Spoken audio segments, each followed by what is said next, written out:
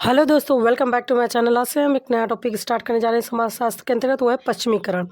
ये doctor M.N.. Srinivas जी ने भारतीय समाज में परिवर्तन की जो प्रक्रिया चल रही थी उसका अध्ययन करने के लिए संस्कृतिकरण और पश्चिमीकरण की अवधारणा को प्रस्तुत किया।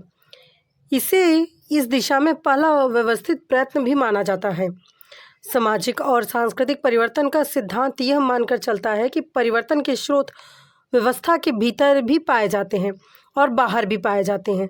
संस्कृतिकरण की अवधारणा जाति व्यवस्था के अंतर्गत वास्तविक और आकांक्षित सांस्कृतिक और साथ ही सामाजिक गतिशीलता को व्यक्त करती है, जबकि जो पश्चिमीकरण की अवधारणा है ये उन परिवर्तनों से परिचित कराती है जो पश्चिम और खासकर ग्रेट ब्रिटेन के साथ संस्कृति के संपर्क में आने पे जो परिवर्तन हुआ उसके परिणाम को दिखाती है। डॉक्टर श्रीनिवास ने पश्चिमीकरण शब्द का प्रयोग उन परिवर्तनों को प्रकट करने के लिए किया जो भारत में 19वीं और 20वीं शताब्दी में अंग्रेजी शासनकाल की अवधि में हुए। अब हम सबसे पहले इसके पश्चिमीकरण के अर्थ को समझ लेते हैं। देखिए, डॉक्टर श्रीनिवास जी ने पश्चिमीकरण का अर्थ स्पष्ट करते हुए लिखा है कि मैं पश्चिमीकरण शब्द का प्रयोग भारतीय समाज व संस्कृति में उन परिवर्तनों के लिए किया है जो 150 वर्ष से अधिक समय के अंग्रेजी राज के परिणाम स्वरूप उत्पन्न हुए हैं, और यह शब्द प्रौद्योगिकी, संस्थाओं, वैचारिक मूल्यों आदि अलग अलग संस्करणों पर होने वाली परिवर्तनों का समावेश है। यानी श्रीनिवास जी यहाँ पे ये स्पष्ट करते हैं कि पश्चिमीकरण के कारण जो पोशाक, खान पान, तौर तरीके, शिक्षा और जो विधि और जो मूल्यों में जो परिवर्तन हुए या खेल कूद में जो परिवर्तन आए, इन सभी चीज़ों पर ध्यान देते हुए जो पश्चिमीकरण के वजह से हुआ, ये सभी पश्चिमीकरण के अवधारणा के अंतर्गत आते हैं। देखिए, इस परिभाषा से ये स्पष्ट है कि पश्चिमीकरण की अवधारणा इसके अंतर्गत भारत में होने वाले वे सभी सांस्कृतिक परिवर्तन और संस्थात्मक नवीनताएं आती हैं जो इस देश में पश्चिमी देशों के खासकर इंग्लैंड के साथ राजनीतिक और सांस्कृतिक संपर्क के कारण है। पश्चिमीकरण का तात्पर्य अलग अलग प्रकार के परिवर्तनों से है, जैसे वस्त्र, भोजन, खाने के तरीके, रहन सहन, ढंग, ये सभी हैं। डॉक्टर योगेंद्र सिंह ने लिखा है कि मानवतावाद, बुद्धिवाद, इन पर जो जोर दिया जाता है ये कहीं ना कहीं पश्चिमीकरण का एक अंग है, जिसने भारत में संस्थागत या सामाजिक सुधारों का सिलसिला प्रारंभ किया। ठीक है, वैज्ञानिक, औद्योगिक और शिक्षण संस्थाओं की स्थापना, राष्ट्रीयता का उदय, देश में नवीन राजनीतिक संस्कृति और नेतृत्व, सब के सब पश्चिमीकरण के कारण ही है। देखिए, इन सभी बातों से ये स्पष्ट है कि पश्चिमीकरण ने भारत में मानवतावादी दृष्टिकोण को अपनाने और तार्किक ढंग से विचार करने के लिए लोगों को प्रेरित किया। पश्चिमीकरण का तात्पर्य केवल पाश्चात्य रीति रिवाजों और ढंगों को अपनाना ही नहीं है, बल्कि यह एक जटिल और सर्वव्यापक अवधारणा है। इसके अंतर्गत विज्ञान, तकनीकी, प्रयोग सिद्ध पद्धतियाँ, ये सभी आती हैं। पश्चिमीकरण ने समतावादी और लौकिक दृष्टिकोण के विकास में सहायता प्रदान की। लोग अलग अलग समस्याओं के प्रति अब तार्किक दृष्टिकोण अपनाने लगे। पश्चिमीकरण में कुछ मूल्य जो वरीयताएँ भी है ये भी शामिल है। इस प्रकार के मूल्यों में जिसमें अनेक मूल्य सम्मिलित है, ये मानवतावादी हैं, जिसका अभिप्राय जाति, आर्थिक स्थिति, धर्म, आयु, लिंग के ध्यान में नहीं रखते हुए सभी मनुष्यों के कल्याण के लिए सक्रिय रुचि होती है। इसके अंतर्गत देखिए, समतावाद और लौकिकीकरण दोनों ही मानवतावाद में शामिल होती हैं। अब हम पश्चिमीकरण की कुछ लक्षण या कहें विशेषताओं को जान लेते हैं जो श्रीनिवास जी ने ही बतलाया है। पहले पॉइंट में उन्होंने नैतिक रूपों से तटस्थ पॉइंट को लिखा, यानी कि जो पश्चिमीकरण थी ये नैतिक रूप से तटस्थ अवधारणा है। यह धारणा यह नहीं है बतलाती कि पश्चिम के प्रभाव के कारण भारत में होने वाले परिवर्तन अच्छे हैं या बुरे, ये तो केवल परिवर्तन को बतलाती है। अच्छाई व बुराई के मूल्यों से इस अवधारणा मतलब जी अवधारणा ये स्वतंत्र है। वही दूसरे पॉइंट में समाजशास्त्री लिखते हैं कि एक व्यापक अवधारणा है, यानी कि पश्चिमीकरण एक व्यापक अवधारणा है जिसमें भौतिक, अभौतिक, संस्कृति से संबंधित सभी परिवर्तन आ जाते हैं। इसके अंतर्गत पश्चिम के प्रभाव के कारण उत्पन्न होने वाले वे सभी परिवर्तन आते हैं जो औद्योगिकी, धर्म, परिवार, जाति, राजनीतिक प्रथाओं, आदर्शों, विश्वासों, मूल्यों, फैशन, खान पान, रहन सहन, यातायात और संचार, कला, साहित्य, शिक्षा, न्याय, प्रशासन और अन्य संस्थाओं में घटित सभी परिवर्तन को लिया जाता है।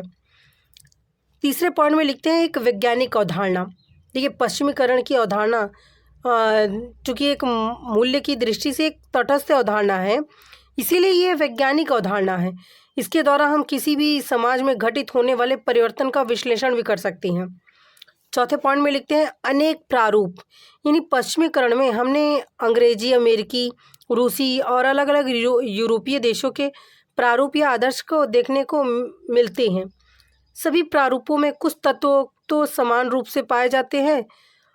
हालांकि अंग्रेज़ों ने ही भारतीयों को पश्चिमी संस्कृति के अलग अलग सामाजिक, आर्थिक, राजनीतिक, धार्मिक और भौतिक पक्षों से परिचित कराया है, फिर भी भारत में अंग्रेजी आदर्श ही विद्यमान है।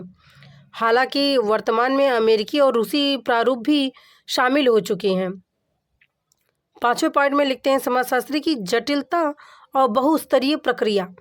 देखिए, श्रीनिवास जी का कहना है कि पश्चिमीकरण की प्रक्रिया एक जटिल प्रक्रिया है जिसका प्रभाव सामाजिक, आर्थिक, राजनीतिक, धार्मिक, प्रौद्योगिकी और अन्य स्तरों पर देखा जा सकता है।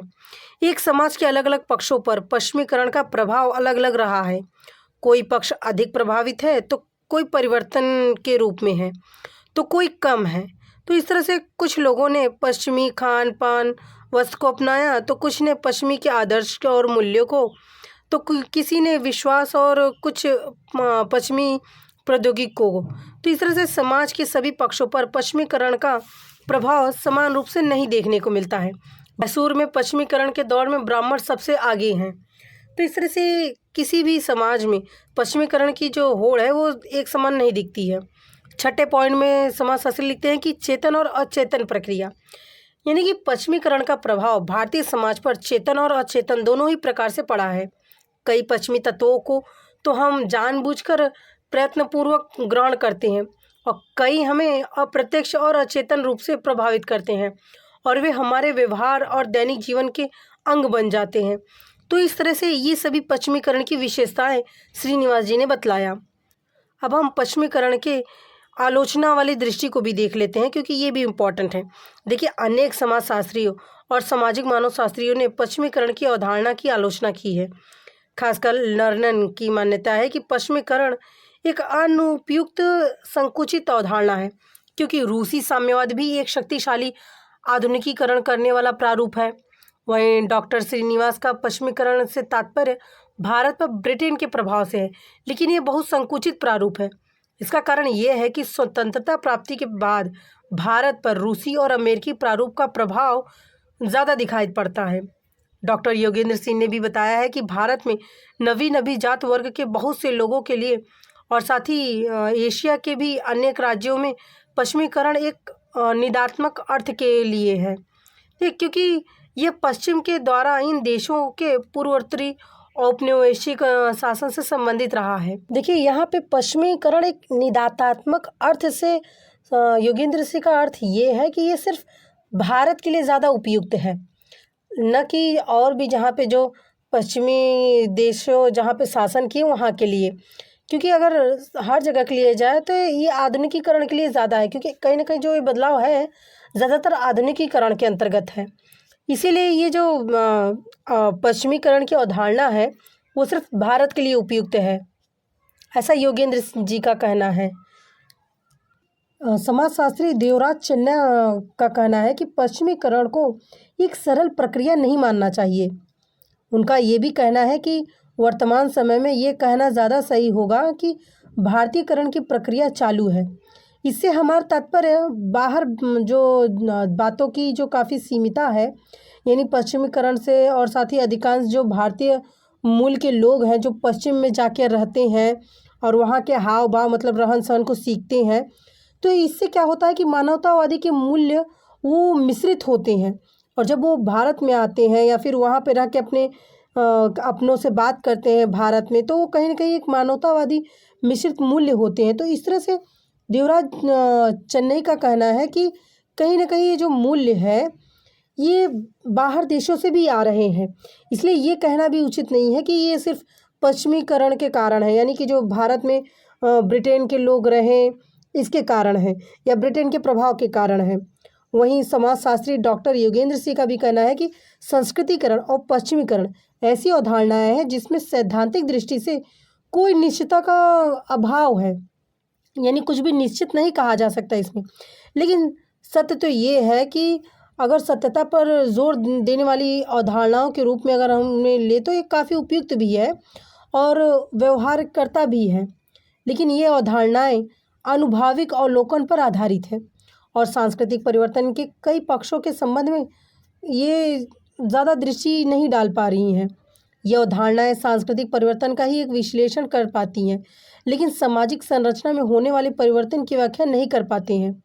तो इस तरह से डॉक्टर योगेंद्र सिंह ने आलोचना की संस्कृतिकरण की। वहीं स्वयं श्रीनिवास जी भी ये कहते हैं कि संस्कृतिकरण और पश्चिमीकरण के माध्यम से आधुनिक भारत में होने वाले सामाजिक परिवर्तन का वर्णन सांस्कृतिक दृष्टि से किया जा सकता है, न कि संरचनात्मक दृष्टि से। तो इस तरह से उन्होंने भी आलोचना की पश्चिमीकरण की अवधारणा पर। वहीं समाजशास्त्री बी कूपर स्वामी लिखते हैं कि इन विचारों से सहमत हैं वो कि संस्कृतिकरण और पश्चिमीकरण की अवधारणाएं 19वीं और शताब्दी के और या फिर जो 50 वर्ष और 20वीं शताब्दी के प्रथम 2 शतकों में जो परिवर्तन प्रक्रियाएं चली भारत में, वहाँ पे वो ज़्यादा मददगार हैं। लेकिन जो इस समय भारतीय समाज में जो परिवर्तन चल रहे हैं, ये अवधारणा उसके लिए सटीक नहीं है। तो इस तरह से सभी समाजशास्त्रियों ने अपने अपने अनुसार पश्चिमीकरण की अवधारणा की आलोचना की।